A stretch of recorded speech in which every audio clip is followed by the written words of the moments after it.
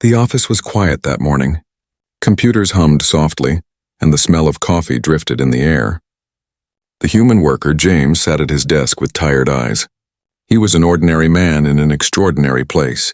This office was not normal. It was part of a trading hub where humans and aliens worked side by side.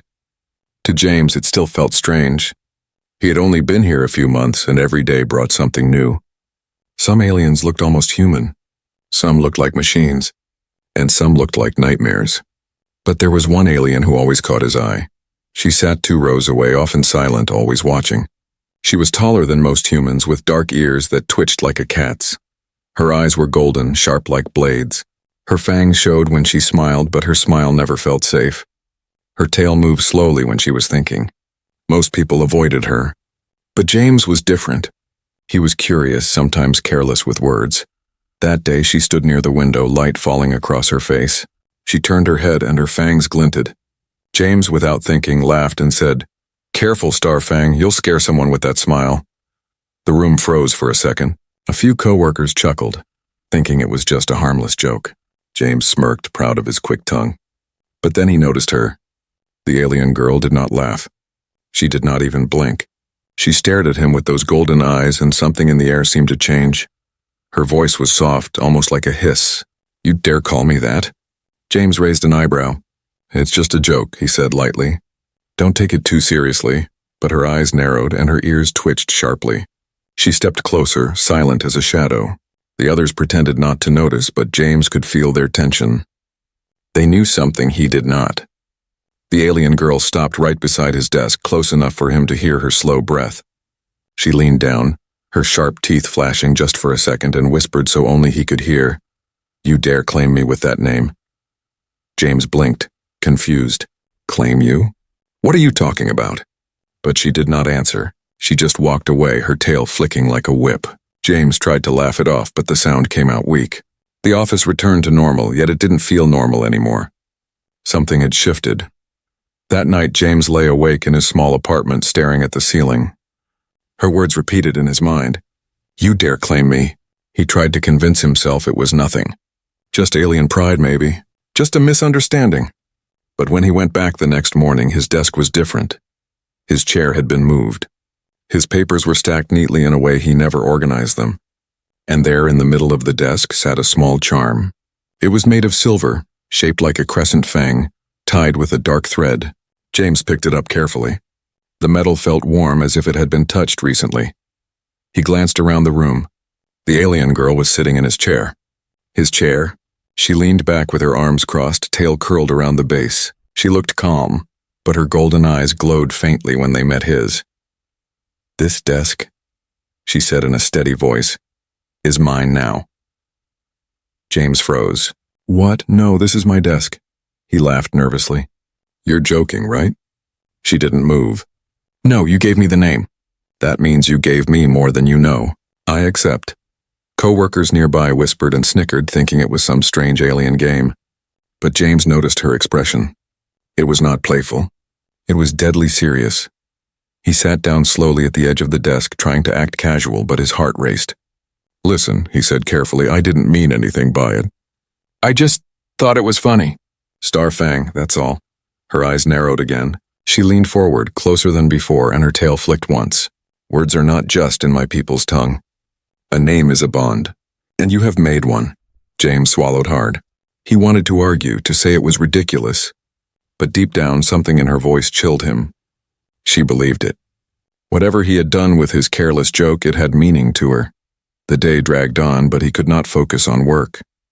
Every time he looked up, she was watching him. Not with anger, but with a strange, unreadable intensity.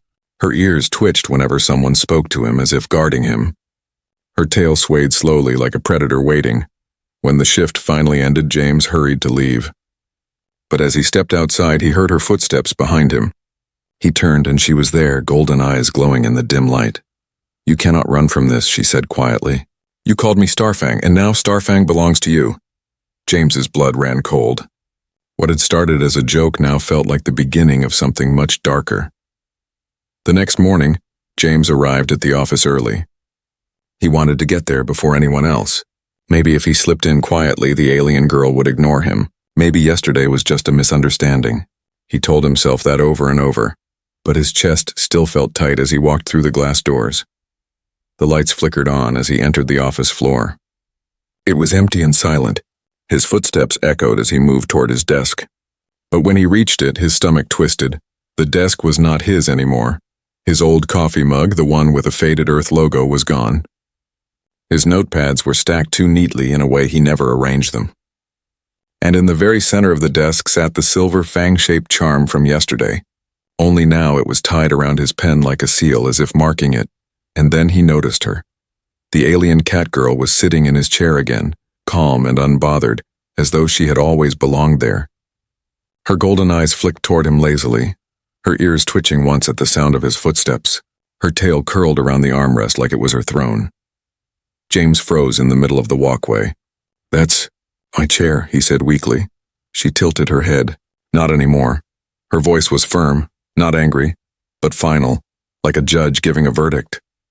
James tried to laugh, hoping it was some cultural joke. "Funny, okay, you got me. Now move, yeah?" He forced a smile and gestured at the chair, but she didn't move. She leaned back further, sharp teeth glinting as she smiled faintly. "No, this desk is mine. You named me. That means I claim your space. That is how it works," James blinked. "That's not how anything works. This is my desk, my job, my space." The alien girl placed her clawed hand on the desk surface, tapping her nails softly. Each tap echoed like a clock counting down. "You don't understand. To us, the one who gives the name binds themselves. Starfang is not only a word. It is a promise. You gave me power over you. You gave me the right to sit here." By now, other workers had started filing into the office. Some glanced at the scene and laughed under their breath. A few whispered nervously in their own languages. James noticed one older alien shake his head, muttering something about bonded names before walking away quickly. James felt heat rise in his face. He didn't want to make a scene, but the alien girl wasn't budging. "Look," he said, lowering his voice. "I don't know what your culture means by names, but I didn't sign up for this. I didn't mean it. It was just a joke." Her golden eyes locked on him. "You cannot take it back. Once spoken, it is done. The bond cannot be broken." James ran a hand through his hair, exhaling sharply. "This is insane." She stood slowly, towering just slightly above him, her tail swaying in slow, deliberate motions. She stepped around the desk and leaned in so close he could smell something sharp, almost metallic in her breath. "Listen carefully, human," she whispered. "You may not understand my ways, but others will, and when they see you gave me the name, they will see you as mine. That means this desk, this place, even you are under me now. Do not fight it. Accept it." James's heart thudded painfully in his chest. He tried to step back, but her eyes pinned him in place like knives. Before he could answer, a co-worker, a young human intern, walked by laughing. "Hey James, looks like you've got a girlfriend." The alien girl's ears twitched. Her head snapped toward the intern, and her fangs flashed in a dangerous smile. The intern froze mid-step, paling before hurrying away without another word. James swallowed. This wasn't a joke anymore. Whatever bond she thought existed, she was dead serious about it. For the rest of the day, James could not focus. She remained at his desk, calm and silent, working as if she had always belonged there. Whenever someone approached him, she watched them with narrow eyes. No one dared speak too long with him. Even his supervisor didn't scold her or tell her to move. Instead, the supervisor simply avoided his corner of the office entirely. By evening, James felt trapped. The office emptied slowly, but she stayed. When he finally packed his bag, she stood up too, stretching like a predator waking from rest. Her claws brushed across the desk surface, leaving faint marks like scratches carved into wood. She turned her golden eyes back to him. "This is only the beginning," she said softly. "You gave me the name. Now Starfang belongs here, and so do you." James wanted to argue. He wanted to say this was madness. But the way she spoke made his chest tighten. She wasn't threatening him. She was declaring something as if it was already carved in stone. As they walked out of the office together, James realized something chilling. Everyone else looked at him differently now, some with pity, some with respect, some with fear. His careless joke had changed his place among them. And the worst part? He had no idea what would come next. James tried to avoid her for the next few days. He thought if he stayed quiet, the alien girl would get bored and move on. But she didn't. Every morning she was there before him, sitting at his desk like it had always been hers. Every evening she left when he left. It was like a shadow he couldn't escape. At first his coworkers found it funny. They whispered, laughed, and made small jokes behind his back. But slowly the mood changed. By the end of the week no one laughed anymore. When they walked past his desk they looked down, their voices dropping low. Some avoided eye contact altogether. It was as if he had caught a disease no one wanted to touch. James could feel the weight of their stares pressing on him. He wanted to scream that this was all a mistake, just a dumb joke gone too far. But something told him shouting would only make it worse. One evening, when the office was nearly empty, she finally spoke to him. She had been quiet all day, working at his desk with calm, steady hands. Now as the lights dimmed and the sound of footsteps faded away, she turned toward him. "You don't understand what you did," she said softly. Her golden eyes glowed faintly in the half-light. James froze. He had been stuffing papers into his bag, ready to leave quickly. His chest tightened. "Then explain it to me," he muttered. "Because I don't get it. I called you Fang as a joke. That's all." Her ears twitched sharply as if the word itself struck her. She rose from the chair in one fluid movement, towering over him. "You spoke a bond name," she said. "In my people's tongue, that cannot be undone." James frowned. "A bond name?" "Yes." Her tail swayed behind her, slow and heavy like a pendulum. When someone gives a name like that, they bind themselves to the one they named. It is a sign of claim, of protection, of belonging. "You gave me that, and I accepted." James laughed nervously. "That's ridiculous. Humans don't do things like that. We call people names all the time. It doesn't mean anything." Her eyes narrowed, glowing brighter now. She stepped closer until he could see the faint patterns across her skin. Markings that looked almost like scars. "To us it means everything. You cannot pretend it was empty. The moment you said it, others heard it. The moment I accepted it, it became truth. Do you not see how they look at you now? Do you not feel the change?" James opened his mouth to argue, but the words caught in his throat. Because she was right. The others did look at him differently. No one dared tease him anymore. No one dared touch his things. His life had shifted and he hadn't even understood why. He swallowed hard. "So what does this mean?" "What happens now?" The alien girl tilted her head slightly, her ears twitching as if listening to something he couldn't hear. "It means you are under my protection. No one will harm you now. No one will steal from you. They will respect you because they fear me." James blinked. Protection? That sounded almost comforting. But the way she said it, like a command carved in stone, made his stomach twist. "And if I don't want this?" he asked quietly. Her smile widened, showing sharp white fangs. "It doesn't matter what you want. You spoke it. It is done." James felt his hands shake. He wanted to shout, to push her away, to tell her this was insane. But instead he forced himself to breathe slowly. "Why me?" he whispered. "You could have ignored it. You could have laughed it off. Why take it so seriously?" For the first time her expression softened. Not kind, but thoughtful. Her golden eyes grew distant, almost sad. "Because no one has called me anything in a long time. In my world, names are earned, but here, I was nothing, invisible, until you spoke. You gave me Fang, and now I have something again." Her voice was quiet, but it cut through him like a blade. James realized with a shiver that this wasn't only about culture. This was personal. He had given her a name she valued, and she wasn't going to let it go.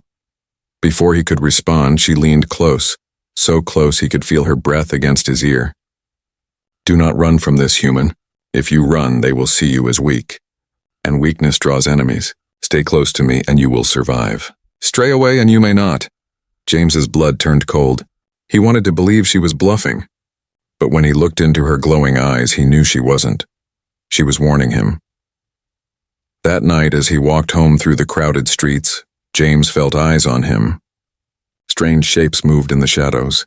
He pulled his jacket tighter, every instinct telling him to hurry. And then he saw her again, standing at the corner, watching silently. She didn't follow him this time. She just stood there, tail flicking slowly like a sentinel. A warning. A claim.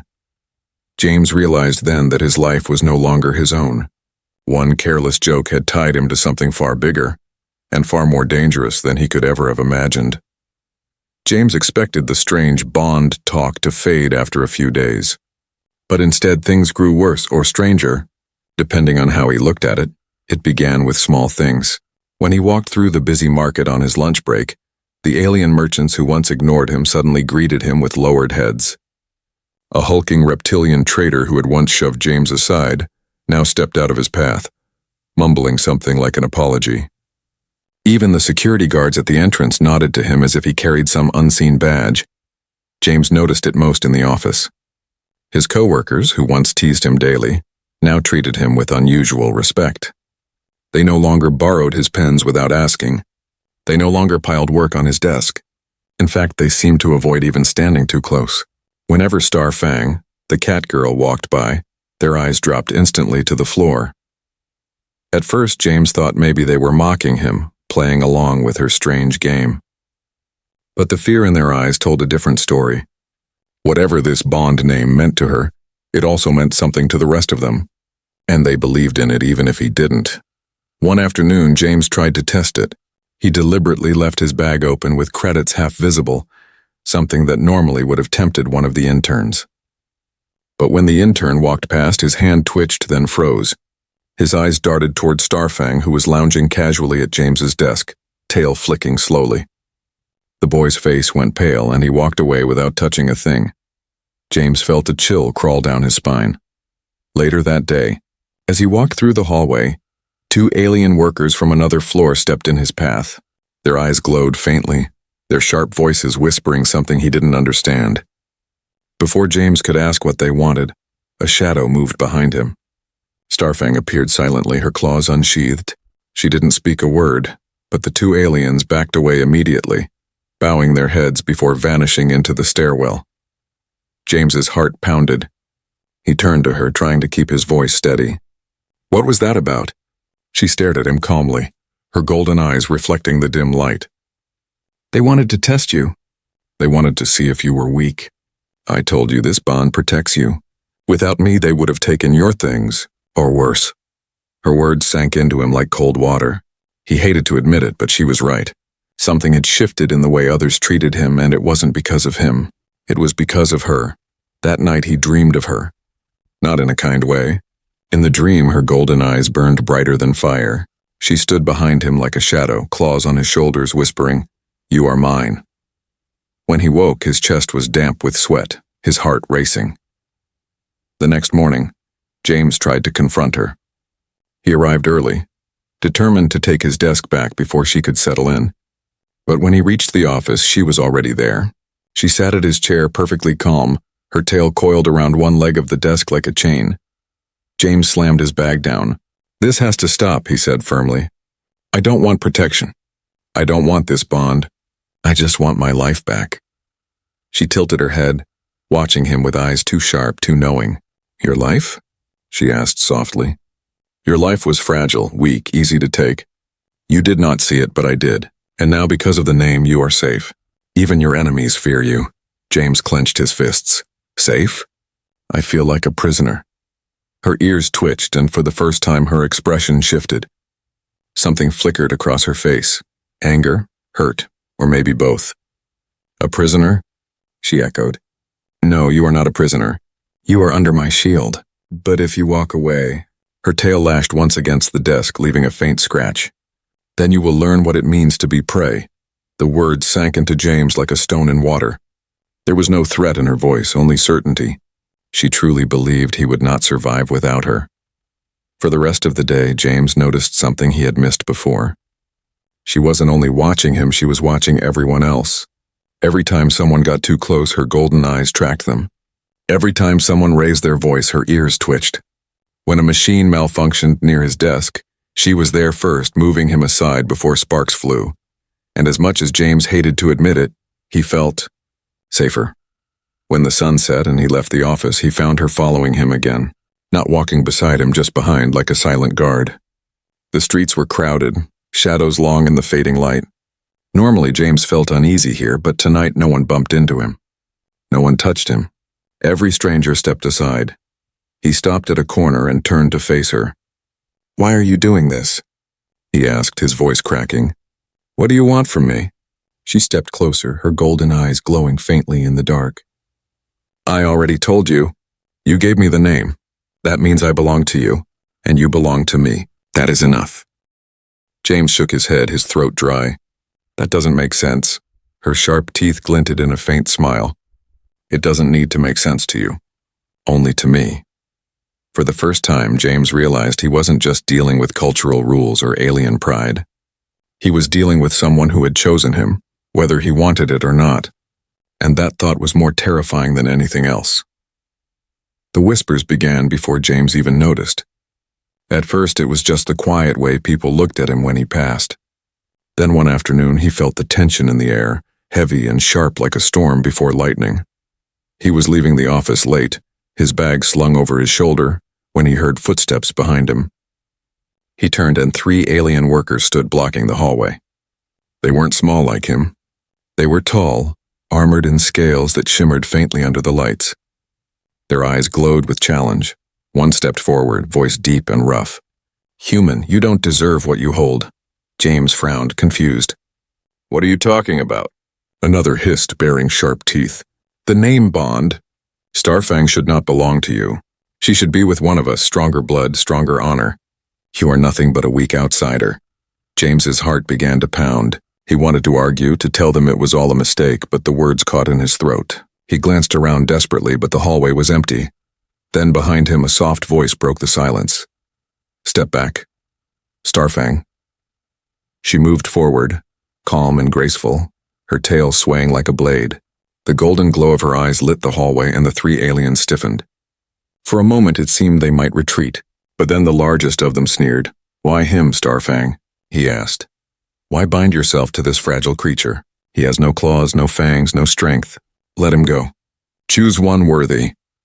Her ears twitched, and her claws slid out slowly, gleaming like silver knives. "He gave me the name." "That is enough," the alien snarled.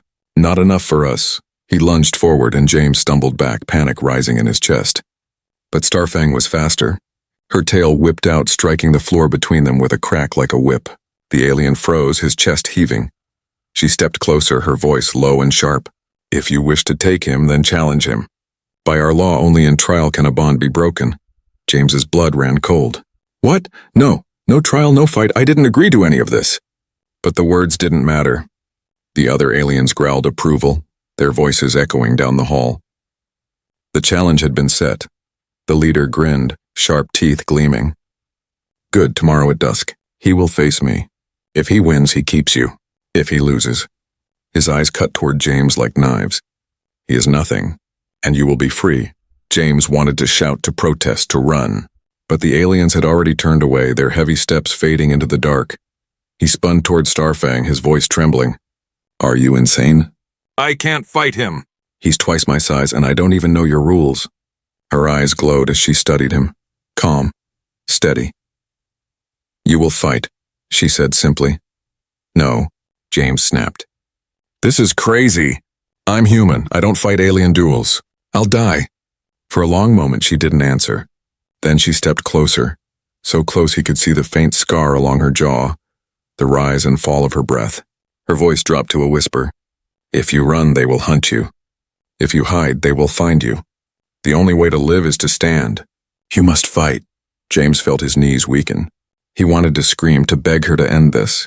But when he looked into her golden eyes, he saw no pity, no softness.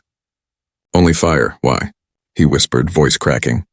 "Why are you doing this to me? Why not just tell them I'm nothing? Let them take you and be done with it." For a moment her expression shifted. Her ears lowered slightly and her tail slowed. "Because you are not nothing," she said softly. "You spoke the name. You gave me what no one else dared, and now I will see if you are worthy of it." James's chest tightened. This wasn't just about him anymore. This was a test, a trial he never asked for, but one she had decided he must face. That night he couldn't sleep. Every time he closed his eyes, he saw the alien challenger's glowing stare, heard the scrape of claws against the floor. His hands shook as he imagined the fight.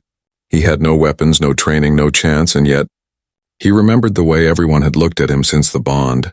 Fear, respect, distance. For the first time he wondered, if he somehow survived, What would he become? As dawn broke, James sat on the edge of his bed, his body heavy with dread. Starfang stood at the door, watching him silently. Her golden eyes held the same calm fire as always. When he finally spoke, his voice was barely a whisper. "I'll die, won't I?" She tilted her head, ears twitching once. Then she smiled faintly, sharp and dangerous. "Only if you forget what you are. Do not try to be one of us, be human." "That is enough," James swallowed hard. The words gave no comfort. But they were all he had. Tomorrow, at dusk, his trial would come. The day of the trial arrived like a heavy storm. The trading hub, usually filled with chatter and noise, felt different. Whispers followed James wherever he walked. Aliens stared at him as though he were already dead. Some sneered, some watched with pity, and some looked curious as if waiting to see what a fragile human would do in a place meant for predators. James's legs felt like lead as he followed Starfang through the crowded streets. The sun was setting, painting the sky in burning gold and blood red. It felt too perfect, too final, like the end of something.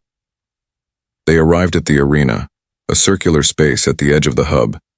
The ground was marked with claw scratches from old battles, the air heavy with the memory of violence. Dozens of aliens stood around the ring, watching with glowing eyes. James felt his stomach twist. The challenger was already waiting.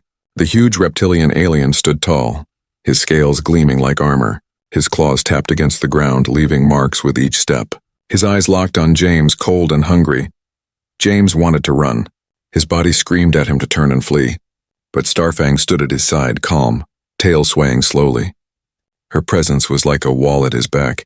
He could not retreat no matter how much he wanted to. The reptilian growled, his voice echoing. "The rules are simple, human. We fight until one yields or one falls. Do you accept?" James's throat went dry. He wanted to scream no. He wanted to say he never agreed. But the crowd was watching, Starfang was watching, and the challenger's claws gleamed sharp under the fading sun. Somehow the word slipped out. "Yes." The arena fell silent. The reptilian lunged first, claws slashing through the air. James barely dodged, stumbling backward, his chest heaving. The alien's strength was terrifying. Every strike heavy enough to break bone. James's arms shook as he tried to block with scraps of instinct, his body screaming with every impact. He was losing. He knew it. The crowd knew it. Then, in the middle of the chaos, something strange happened. Starfang did not cheer, did not shout advice.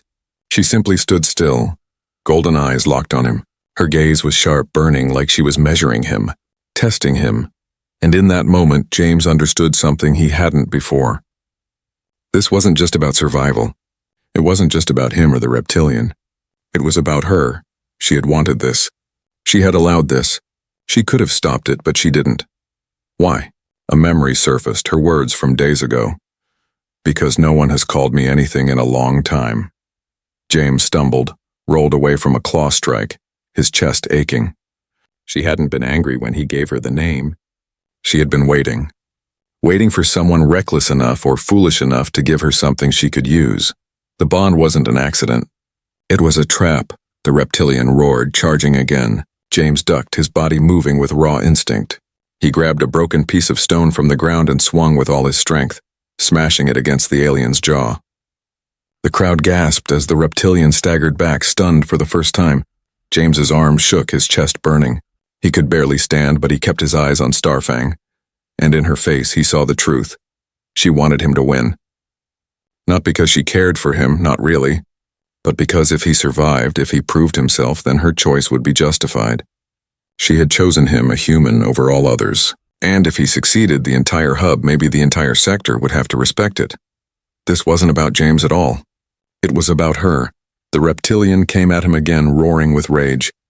James ducked low, swinging the stone again. It shattered in his hand, but the alien howled in pain as blood splattered the ground.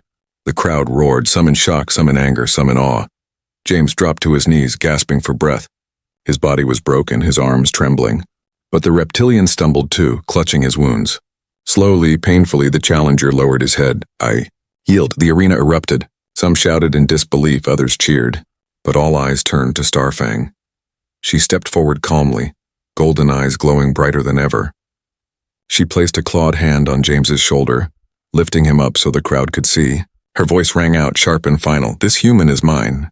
He spoke the bond name. He stood the trial. He is worthy. The crowd went silent. In that moment, James realized what had happened. He had been nothing, a human worker no one respected. But now, because of her, because of the trial, he was something else, not free, not safe, but claimed. Starfang looked at him with that same unreadable smile, her fangs glinting. Do you see now? She whispered. You thought you gave me a joke, but you gave me everything. James's chest tightened. He wanted to shout, to break free, to deny it, but the weight of the crowd's eyes pressed down on him, and he knew there was no escape. The revelation was clear. This was never an accident. She had chosen him from the very beginning, and now there was no turning back. The arena was still echoing with whispers when James stood, blood dripping from his arm and dust clinging to his skin. His whole body shook, every breath sharp and painful. The reptilian challenger lay on the ground, defeated but alive, growling softly in humiliation. Around them, the crowd shifted restlessly, their glowing eyes filled with awe, confusion, and anger. James wanted to collapse. He wanted to scream that it was over, that he never asked for this. But before he could move, Starfang stepped forward. Her golden eyes blazed in the twilight, brighter than the arena torches. She placed one clawed hand firmly on his shoulder, her tail curling around his back like a chain. Her voice rang out sharp and steady. This human has spoken the bond name. He stood the trial. He has proven himself worthy. He is mine. The words cut through the air like a blade. The crowd fell silent. Some lowered their heads, accepting her claim. Others hissed in frustration, but none dared challenge her again. James's throat went dry. Mine. The word echoed in his head, heavier than the stone he had fought with. He glanced up at her, desperate. Stop, please. I didn't win. I just survived. I don't want this. Her claws pressed lightly against his shoulder, silencing him without force. She leaned close, whispering so only he could hear. It doesn't matter what you want. You are no longer just a man. You are Starfang's chosen. The galaxy will remember that. James's stomach twisted. He looked at the crowd again and saw the truth in their faces. Whatever he thought of himself didn't matter anymore. They had seen him fight. They had seen him endure. And now, because of her words, they believed he belonged to her. When the trial ended, Starfang walked beside him as if nothing unusual had happened. The crowd parted for them, silent and watchful. James felt the weight of 100 eyes, each one burning into him like fire. He had become something he didn't understand, something he couldn't control. Back at the office, things were worse. His desk was no longer just a desk, it was a throne. No one dared touch it. No one dared speak to him without bowing slightly toward Starfang. Even his supervisor treated him differently, speaking in careful tones, avoiding direct orders. James realized with growing dread that the bond had changed not just her, but everyone around him. One night, after everyone had gone, he sat at the desk, staring at the faint scratches her claws had left in the wood. His hands trembled as he whispered, "Why me? Why choose me?" Starfang stepped from the shadows as if she had been waiting. Her golden eyes glowed softly in the dark. She leaned against the desk, her tail flicking lazily. "You still don't see it," she said. "You think you are nothing. But humans are not nothing. Your kind is new here, untested, unproven. When you called me Starfang, you showed courage. Or foolishness. Either way, you gave me a reason to look at you. And now the others must look too." James shook his head, his chest tight. "I don't want power. I don't want respect. I just want my life back." Her fangs glinted in a slow smile. "Your old life is gone. You belong to me now. And through you, humanity has a place here." The word struck him harder than any blow. It wasn't just about him anymore. He realized with horror that she hadn't claimed him only for herself. She had claimed him as a symbol, a human tied to one of their strongest warriors, proof that humanity could stand among them. James felt the room spinning. "So I'm just a tool? A symbol for your people?" Starfang's eyes softened just slightly. She leaned closer, her voice low and steady. "You are more than that. You are mine, and because you are mine, you will never be weak again. Remember that." He wanted to argue, to shout that he didn't belong to anyone, but when she looked at him, when her claws brushed against the desk with slow, deliberate taps, he realized the truth. Whether he accepted it or not, his fate was sealed. From that day forward, no one dared touch him. No one dared laugh at him. Even enemies stepped aside when he passed. The bond had changed him forever, but late at night, when the office was empty and the hub outside buzzed with alien voices, James sat alone at his desk, staring at the silver fang-shaped charm she had left there. He wondered if he had won anything at all, or if he had lost everything. For outside the window, in the shadows, golden eyes always watched, and he knew one thing with chilling certainty. He had called her Starfang as a joke. But now she was no joke, she was his fate.